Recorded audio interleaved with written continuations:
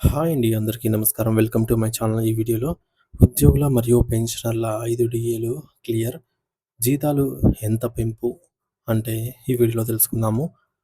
Video అయితే ఎక్కడే గాని స్కిప్ చేయకుండా ఎండ్ వరకు చూసేయండి. అప్పుడే ఇన్ఫర్మేషన్ పూర్తిగా అర్థమవుతుంది. అలాగే వీడియో చూస్తున్న ప్రతి ఒక్కరు వీడియోకి లైక్ చేయండి ఫ్రెండ్స్. ఈ వీడియోని తోటి ఉద్యోగ, పెన్షనర్ మిత్రులతో అయితే షేర్ చేయండి. కొత్తగా మన ఛానల్ చూస్తున్న వారు ఇంకా ఎవరైనా సబ్స్క్రైబ్ చేసుకోకపోతే వెంటనే మన ఛానల్‌ని సబ్స్క్రైబ్ అయితే చేసుకోండి. సబ్స్క్రైబ్ చేసుకోవడం వల్ల నేను చేసే ప్రతి ఒక్క వీడియో మీ వరకు రీచ్ అవుతుంది. ఇక ఆలస్యం చేయకుండా వివరాల్లోకైతే వెళ్ళిపోదాము. ఫ్రెండ్స్, ఇక విషయానికొచ్చినట్టయితే తెలంగాణ రాష్ట్ర వ్యాప్తంగా ఉన్నటువంటి లక్షలాది మంది ప్రభుత్వ ఉద్యోగులు మరియు ఉపాధ్యాయులు ప్రస్తుతం అత్యంత ఆసక్తిగా, ఆశగా ఎదురు చూస్తున్న ప్రధాన అంశం డిఆర్ఎస్ అలవెన్స్. సో, దీనిని మనం వాడుక భాషలో కరువు భత్యం లేదా డిఏ అని పిలుచుకుంటాము. అసలు ఈ కరువు భత్యం అనేది కేవలం జీతంలో ఒక భాగం మాత్రమే కాదు. నిత్యం ఆకాశాన్ని తాకుతున్న నిత్యావసర వస్తువుల ధరలు మరియు పెరుగుతున్న ద్రవ్యోల్బణం నుండి సామాన్య ఉద్యోగిని రక్షించే ఒక ఆర్థిక కవచం వంటిది. మార్కెట్‌లో పెరుగుతున్నటువంటి ధరలకు అనుగుణంగా ఉద్యోగి కొనుగోలు శక్తి పడిపోకుండా ఉండటానికి ప్రభుత్వం ఈ యొక్క అదనపు మొత్తాన్ని అయితే చెల్లిస్తుంది. Telangana revised pay scales RPS 2020 నిబంధనల ప్రకారంగా ఈ యొక్క డీఏ లెక్కలు భవిష్యత్తులో ఏ విధంగా ఉండబోతున్నాయి మరియు రాబోయే మార్పులు ఉద్యోగుల కుటుంబాల ఆర్థిక స్థితిగతులపై ఎలాంటి ప్రభావం చూపుతాయనే విషయాన్ని మనం చాలా లోతుగా ప్రతి అంకెను విశ్లేషిస్తూ తెలుసుకోవాలి. ఒక ప్రభుత్వ ఉద్యోగికి తన వేతనం పెరగడం అనేది కేవలం బ్యాంకు ఖాతాలో పడే అంకెల మార్పు మాత్రమే కాదు. అది వారి పిల్లల చదువులు, ఇంటి అవసరాలు మరియు భవిష్యత్తు పొదుపును నిర్ణయించే కీలక అంశము. సో, ప్రస్తుతం పరిస్థితులలో తెలంగాణ ఉద్యోగ వర్గాల్లో ఒకటే పెద్ద చర్చ నడుస్తోంది.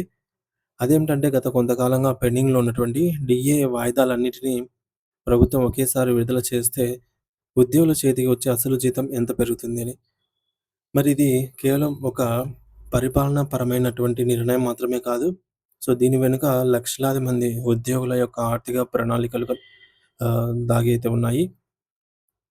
ఒకేసారి బకాయిలు చేతికొస్తే నెలవారీ బడ్జెట్‌లో వచ్చే మార్పులు సామాన్య ఉద్యోగికి ఎంతో గొప్ప భరోసాను కల్పిస్తాయి. తెలంగాణ ప్రభుత్వం జూలై 2023 నాటికి రావాల్సినటువంటి బకాయిలను క్లియర్ చేస్తూ జనవరి 2024లో జీవోఎంఎస్ నంబర్ 2ను జారీ చేసిన సంగతి మనందరికీ తెలిసిందే. ఈ ఉత్తర్వుల ద్వారా 3.64% డీఏనైతే పెంచింది. ఈ నిర్ణయం చాలా కీలకమైనది. ఎందుకంటే ఇది తదుపరి పెండింగ్‌లో ఉన్న డీఏలను విడుదలకు ఒక పునాదిలాగా అయితే పనిచేస్తుంది. ఈ యొక్క 3.64% పెంపుతో కలిపి ప్రస్తుతం అధికారికంగా అందుతున్నటువంటి మొత్తం డీఏ 33.67% అయితే చేరుకుంది. అంటే ఒక ఉద్యోగి తన ప్రాథమిక వేతనంపై 33.67% అదనంగా భత్యం పొందుతూ ఉన్నాడు. అయితే వాస్తవ పరిస్థితిని గమనిస్తే అసలైన లెక్క ఇక్కడే ఉంది.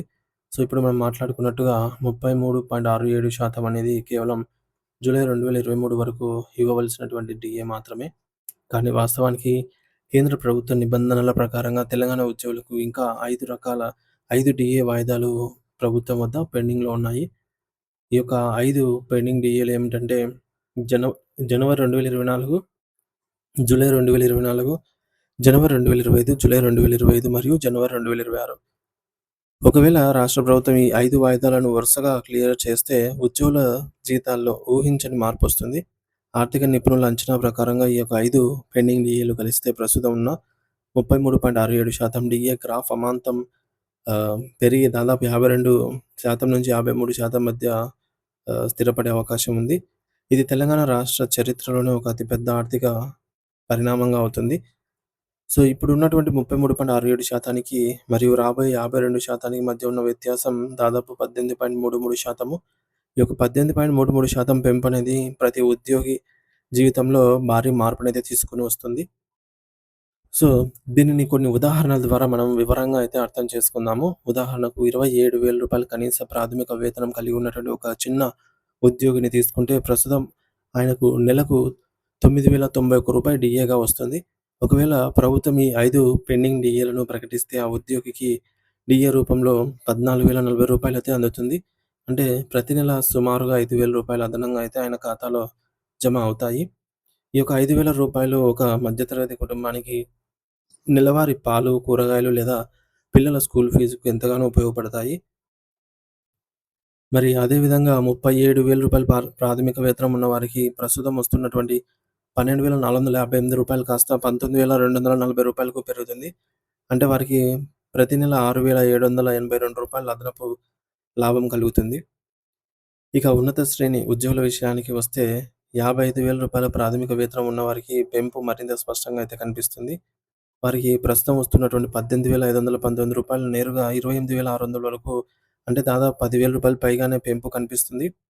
ఒకేసారి జీతంలో రూ. 10,000 పెరుగుదల అంటే ఆ కుటుంబం యొక్క పొదుపు సామర్థ్యం పెరుగుతుంది. వారు తమ రుణాలను స్వయంగా తీర్చుకునే అవకాశం గూడా ఉంటుంది. ఇక రూ.